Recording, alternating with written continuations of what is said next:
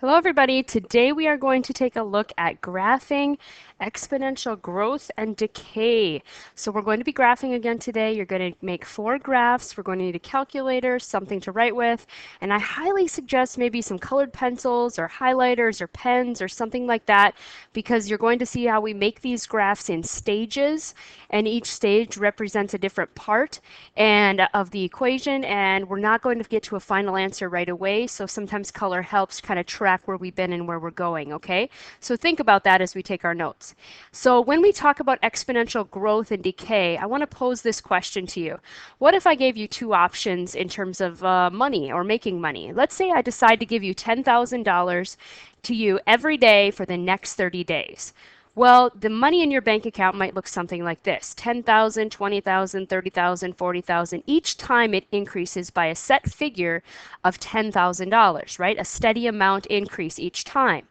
Or option B is another alternative. You could get a penny today, that's right, 1 cent, but I will double it every day for the next 30 days. The chart for 10 days might look something like this, where you start with 1 penny and it doubles each time, and at the end of your 10th day, essentially from 0 to 9 here, you would have, that's right, a whopping $5.12.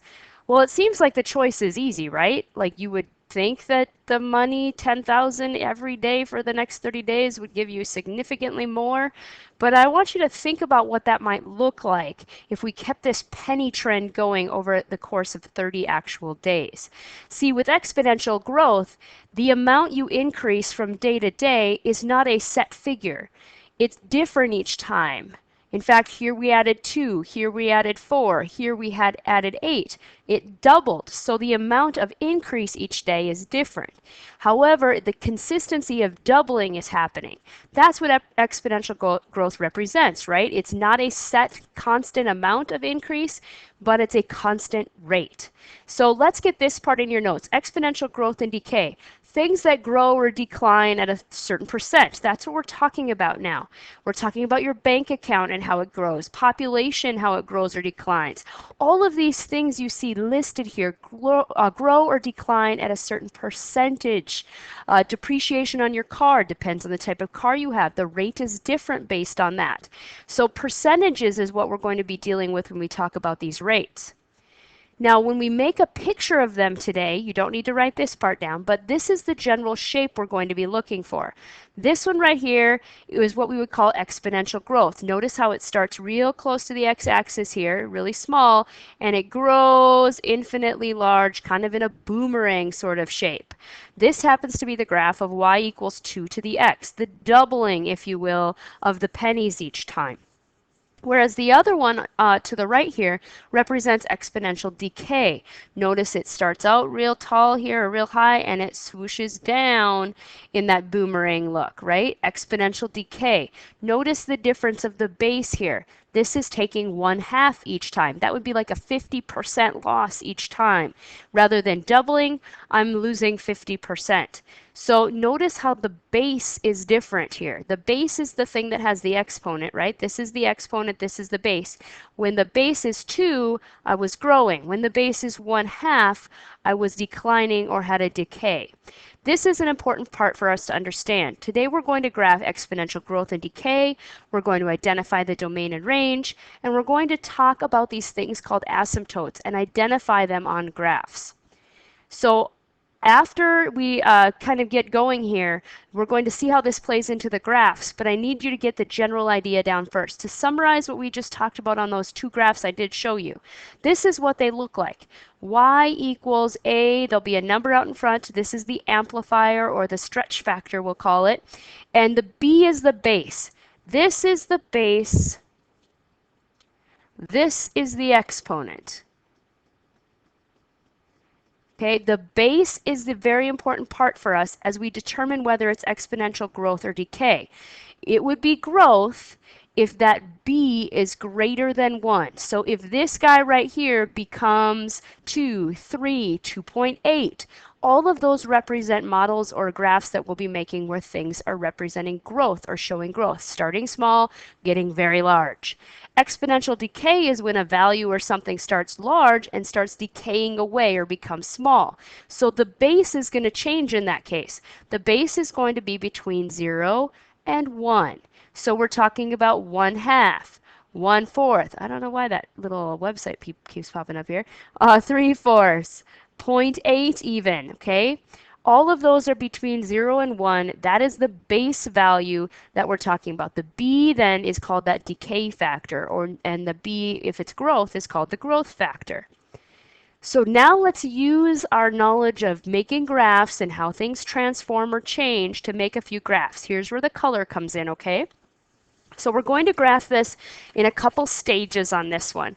We're going to make a graph of f of x, which is just the same as y, okay, equals 3 times 2 to the x. When we graph these, we want to graph what's called the parent function first. The parent function involves us identifying the base and the exponent. So you'll notice to the side over here, I've pointed out that the parent graph is just going to be y equals 2 to the x, not the 3 in front, but just the base and its exponents. What we're going to do is identify that graph first and then move it according to the clues in the equation. So we need some key points on this parent graph here. Key points would include numbers that are fairly easy for us to plug in. So let's say I decide to plug in a 0 where the x is. If I put a 0 right here, 2 to the 0 power, anything to the 0 power is in fact 1. So one key point on this graph is the point 2 or 0, 1, sorry. If I also plug in the number 1, 1's pretty easy to plug in, right? It's an exponent. 2 to the 1 power would be 2. So we have two really nice key points here on this parent graph, and they'll help us determine the location. So I'm going to plot them now over here. I'm going to take those points and plot them, 0, 1, and 1, 2. Now if I sketch the graph, remembering that it's going to make sort of a boomerang effect here, I'm going to stay close to that x-axis here, and I'm going to hit those points and swoosh up to make that boomerang. Okay, this guy right here is exponential growth. You can see that. Also, the fact that the base was 2 tells me that I have exponential growth. Now, this was just the graph of the parent function. We need to actually graph the real function that we were given here. So how does that change things for us a little bit? Well, let's think about this. What we have here is the fact that I'm dealing with a 3 in front, right? The translated graph has a 3 in front of the parent function. That means I'm going to vertically stretch my points 3 times higher than they were. So if I look at my key points, my key point of 0, 1, if I stretch it 3 times higher, becomes 0, 3. 1 times 3 is 3. My point 1, 2, still 1 for the x value, but instead of now having 2, I'll have 6 because it's 3 times as much. So my points on my real graph, the graph that I was trying to make here, and I'll try to get it in a different color if I can get that to pop up again, and nope, don't go away. There we go. Getting blue here. 0, 3 is that point, and 1, 6 is that point. So still the same boomerang effect, hugging the x-axis here, but it's swooshing up through different points. That's because this stretches those points 3 times higher than they were originally. So this blue graph represents the graph that I was trying to actually draw. So I'm going to label that, or you can label it as final answer, something like that. But what we're going to do is have multiple curves on these graphs, so you need to be able to label to me or communicate to me which one is in fact the final answer and which one is something we drew along the way just to kind of get us there, okay? Now let's answer the questions about domain, range, and asymptote. So let's start with ones we already know. The domain is the x values. Notice arrow here, growing, working on either side here. So the domain is actually negative infinity to positive infinity. Now if you want to, you can of course say that's all real numbers. Range, however, the y values, what you saw on that growth graph is that it never became negative. No matter what exponent you put on this 2, it's never negative. 2 to the negative 1 is not negative. 2 to the negative 5 is not negative. So my range actually is y values that are 0 and up. So basically I could write that as between 0 and positive infinity, like so. Or you can say basically y is greater than 0 if you want to write it like that as well. So what we're talking about is listing that domain and range based on what we see on that graph. Now the asymptote is something new. An asymptote is a different vocabulary word here. Let's kind of get this one under control first, and then I'll go back to that slide. So what is an asymptote? What does it represent? Well, you see on these growth and decay graphs, there's kind of this leveling off side over here. That leveling off side reflects that there's an asymptote happening. In fact, right here, if I were to draw in this little dashed line here, that graph stays right above, barely above, oops, can't draw straight, the number 3 on the y-axis. So this right here is the asymptote, y equals 3. It's an imaginary line here, or a line that the graph approaches more and more closely, but never truly touches. So it's kind of just riding along that line up there, never going to actually touch it, but get really, really close to it, okay? So that's what we're looking for when we look for an asymptote. Now let's go back to our last slide here. What is the asymptote on this one? See this side? It's kind of getting close and close to the x-axis. So I would say my asymptote is y equals 0. Okay, it's never going to hit 0, but it's going to stay right above 0 there for the y values. All right, let's look at another example. Fast forwarding through here. We need to make a graph here of this function. What we're talking about is the function f of x equals 3, let me see if I can get my color to change, x minus 2 minus 5. Oh, maybe not. There we go. Oh, there we go. Okay, so we need to make a picture of the parent function first. Remember, the parent function is just the base and the x exponent. So we're going to identify here that the base in this problem is 3 and the x is in the exponent. And now we're going to generate some key points. Again, I'm going to plug in the number 0 and see what happens. When I plug in 0, I still get a 1. And when I plug in the number 1, now what's 3 to the 1? Now I get a 3, right? So my parent function is 0, 1, and 1, 3. It's still a growth. I'm going to kind of swoosh that boomerang through here a little bit. Not quite as curvy there as I would have liked it. A little jagged, but that's okay. So this is the parent function. I'm just going to write p next to that. Now from there, we're going to take those points and change them according to the actual graph we were trying to make. This translated graph, ladies and gentlemen, y equals 3 to the x minus 2 minus 5. This is actually giving us some communication how we need to move that parent graph. So remember up in here, this says x minus 2. We're actually going to move those points to the right 2 based on that information. And we're going to move them down 5. So I'm actually going to take these points on this graph and follow those directions. I'm going to move them to the right 2, 1, 2, and then down 5. 1, 2, 3, 4, 5. So the point 0, 1 actually moves right down here. Doing the same thing with the 1, 3.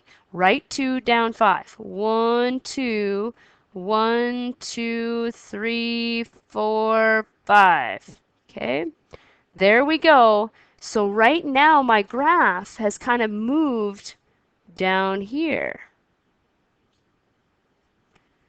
So this is my new boomerang graph. This is my final answer, or the whole equation that I was trying to graph, y equals 3 to the x minus 2 minus 5.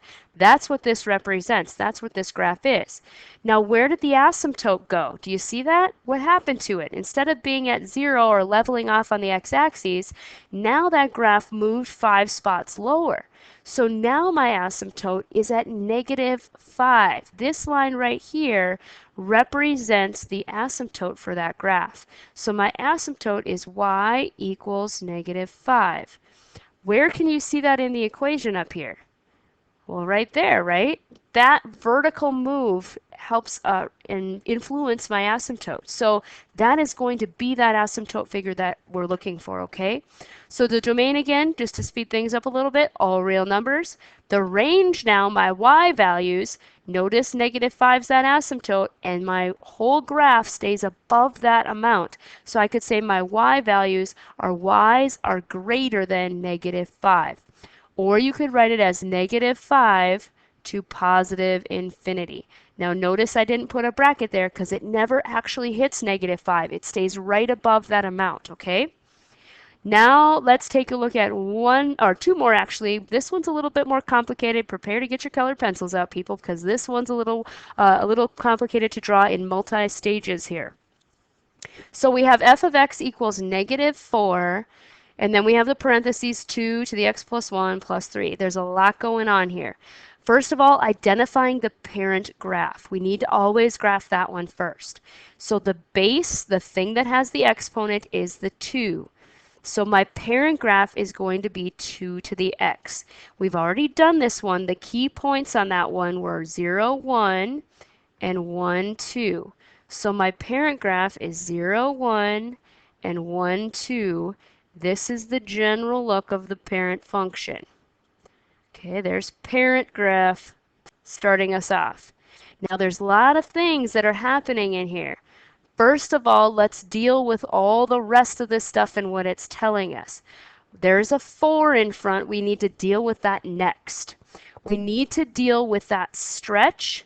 We also have a negative sign on that, which tells me I need to flip it over as well. So let's deal with the stretch first. So if I have a 4 in front, that means these key points now become 0, 4, and 1, 8. 4 times more, okay? 0, 4, 1, 8. 2 times 4 is 8. So this graph is stretched 0, 4, 1, 8. Okay, this is the stretched graph. So this is me dealing, I'm just going to put an S there for stretched, okay? Then there was a negative. Negative means you flip it over. So this point is no longer at 0, 4, but now it's at 0, -4. And this point is no longer at 1, 8, but now it's at 1, -8. So my graph has flipped over, like so. Okay, so this is my flip. So I stretched it, then I flipped it, and last but not least, now I move it sideways depending on what I see in the equation. This is telling me that I'm going to take that and I'm going to move it 3 units left and then up 3, okay? So 3 units left for these points. Remember, I'm down here now. I started here, I went here, stretching, then I flipped it, and now I'm going to actually move it left or right. So now I'm going to take this point and move it to the left 1, and then up 3, 1, 2, 3. And then this point I'm going to move to the left 1, and then up 3, 1, 2, 3. So let me see if I can pull up a different color here because it's getting kind of messy. But you can see that those graphs, or those 2 points that I drew right here, that is what represents the new points on our flipped over exponential growth equation, okay? Now, where would I draw this guy leveling off? How do I know where to draw him leveling off on that side? Check this out. Remember that asymptote is +3 there on the end. So I know he's going to keep going up and over and leveling off at that 3. Okay? So the asymptote is at y equals 3. My domain is all reals. And my range, now notice I'm talking about this sort of mint green graph here. This is my final answer. I should probably label it so you know, and so we all know. That's my final. Notice that graph never crosses above 3 on the y-axis. So my range is 3 and under. So I would say I go from negative infinity until 3. Or you can say y is less than 3, either way. Okay, so that one has pretty much everything involved. I kind of wrote over what I was planning to say there, but vertical stretch of 4 is the first thing you would do. Then you'd flip it over the x-axis. This was step 1, this was step 2, this was step 3, and then you get to that final answer, guys. After you draw that parent, right, this is how we're making it move. So it is a little bit more complicated to graph these, I'm aware, but you'll get it, okay? Now let's take a look at this graph. Oh, I kind of got a mess here. Let's see if I can get rid of that. We need to get, ooh, hello, pen. We need to get our graph drawn here. Okay, I'll just change colors. And, oh, maybe I won't. Technical difficulties. Sorry, guys. There we go. All right, let's go to red. Then we'll make it work here. Woo! Don't write that down for this one. Oh, there. I knew I'd get it to go away. So here we go. We need to draw that parent function. This is the parent function, y equals 1/5 to the x. So we need to graph this first using some key points. So let's graph key points. If I plug in a 0, anything to the 0 power is always going to be 1. If I plug in a 1, I get 1 1/5. So I will graph those points first. 0, 1. 1 1/5. Ooh, that's barely up there. So notice what's different about this one. Ooh, he's swooshing down and to the right. So this is exponential decay. We could have known that because check out the base. It's 1/5. That's what we were talking about originally earlier in this video. So now we have the parent function graphed. Now we just need to do what that equation says. What does the equation say? It says move up 1. So this point gets moved up 1. This point at the 1/5 gets moved up 1. And I have my new graph here. Woo, swooshing down like so. Okay, oops, a little bit crazy there on the line. Now, where is the asymptote going to be? Remember, the asymptote's going to be at 1. So asymptote y equals 1. That's why my arrow can't go below that line, okay? Domain, all reals, and the range, we're talking about those y values. Remember, the graph can't cross this 1 right here, so it stays above that spot. So I'd say my range is 1 to positive infinity. Or you can say y is greater than 1. Okay, so this is just an intro into how we graph these things. It does take a little bit of work because you need to graph all the stages to make sure that your graph's in the right spot. Okay, I want to thank you for taking good notes and using colors when appropriate today. We're going to get some practice in on this, but it's similar to what we've done in terms of shifting things, so that part shouldn't be new. Okay, thank you very much, and I'll see you later. Kincaid out.